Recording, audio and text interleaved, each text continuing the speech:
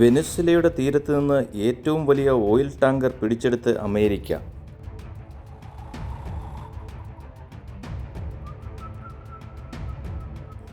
ഇതോടെ അമേരിക്കയും വെനിസ്വേലയും തമ്മിൽ സംഘർഷം മൂർച്ഛിച്ചിരിക്കുകയാണ്.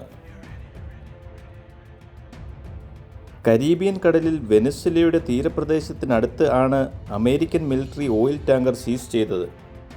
ഡിസംബർ 10 ടാങ്കർ അമേരിക്കൻ സേന പിടിച്ചെടുത്തത്. അമേരിക്കൻ സൈനികർ ഹെലികോപ്റ്ററിലെത്തി ഓടുന്ന കപ്പലിലേക്ക് ഇറങ്ങുന്ന ദൃശ്യം വീഡിയോയിൽ വ്യക്തമാണ്. എന്നാൽ കപ്പൽ ആരുടെ ഉടമസ്ഥതയിൽ ഉള്ളതാണെന്നോ എങ്ങോട്ട് പോകുകയായിരുന്നു എന്നോ വ്യക്തമല്ല. വെനിസ്വേല ഇതിനോട് ഇത് ഒരു മോഷണമാണെന്ന് പ്രതികരിച്ചു. അമേരിക്കൻ പ്രസിഡന്റ് ഡൊണാൾഡ് ട്രംപ് വാർത്ത സ്ഥിരീകരിച്ചിട്ടുണ്ട്. ഇതിന് പിന്നാലെ കൂടുതൽ നടപടി ഉണ്ടാകുമെന്ന് ട്രംപ് മാധ്യമപ്രവർത്തകരോട് പറഞ്ഞു. എണ്ണ ടാങ്കർ വിട്ടുകൊടുക്കില്ലെന്നും ട്രംപ് പറഞ്ഞു.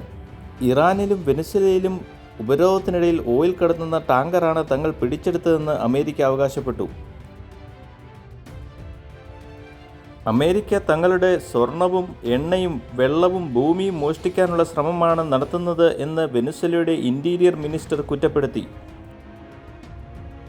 കഴിഞ്ഞ ദിവസം വെനിസ്വേലയുടെ വ്യോമാതിർത്തിയിൽ അമേരിക്കൻ ഫൈറ്റർ ജെറ്റുകൾ എത്തിയിരുന്നു.